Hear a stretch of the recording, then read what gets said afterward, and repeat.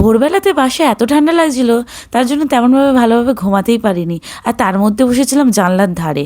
সকাল 8:30টার মধ্যে পিকনিক স্পটে আমরা পৌঁছে গেছিলাম, আর সবাই নেবে চা কফি খাচ্ছিল। রান্না করছে, চলো তোমাদেরকে দেখায়। আলুর দম আর লুচি হচ্ছে, চলো।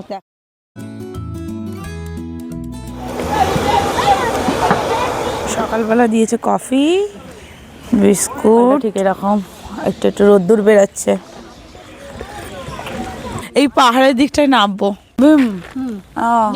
ভীম রাজা ভীম কুণ্ড সেই কোণটা সেই সিধা সে আমগুড়ি বলেছি যোগ সিধা সেই সিধা। আর আমরা এখান থেকে দেখতে এসেছি হচ্ছে গিয়ে এই ভিউটা, দেখতে কি সুন্দর লাগছে। আমরা তো তারপরে একটু নিচে নেমেছিলাম, কিন্তু তেমন তো জল নেই। আর তোমরা যদি পারো তো জুন থেকে সেপ্টেম্বরে আসতে পারো, সেই সময় কিন্তু অনেক মানে মনসুন সিজন থাকে বলে সেই সময় অনেক জল হয়। আর দেখতে কিন্তু তখনও ভালো লাগে, আর এখনও খুবই ভালো লাগছে। আমরা নেমেছিলাম আর এত সুন্দর লাগছিলো।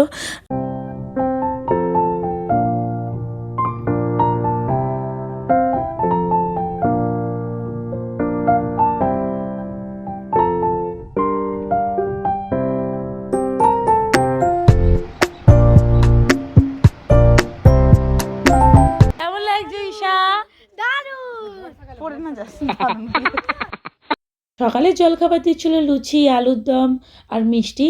আর দিদির সাথে আমি পাতে একসাথেই খেয়ে নিয়েছি, কারণ আশেপাশে ঘুরতে হবে বলে, তার জন্য তাড়াতাড়ি করছিলাম। আমি দিদির পাত থেকে কচুরি তুলে তুলে খেয়ে নিচ্ছি।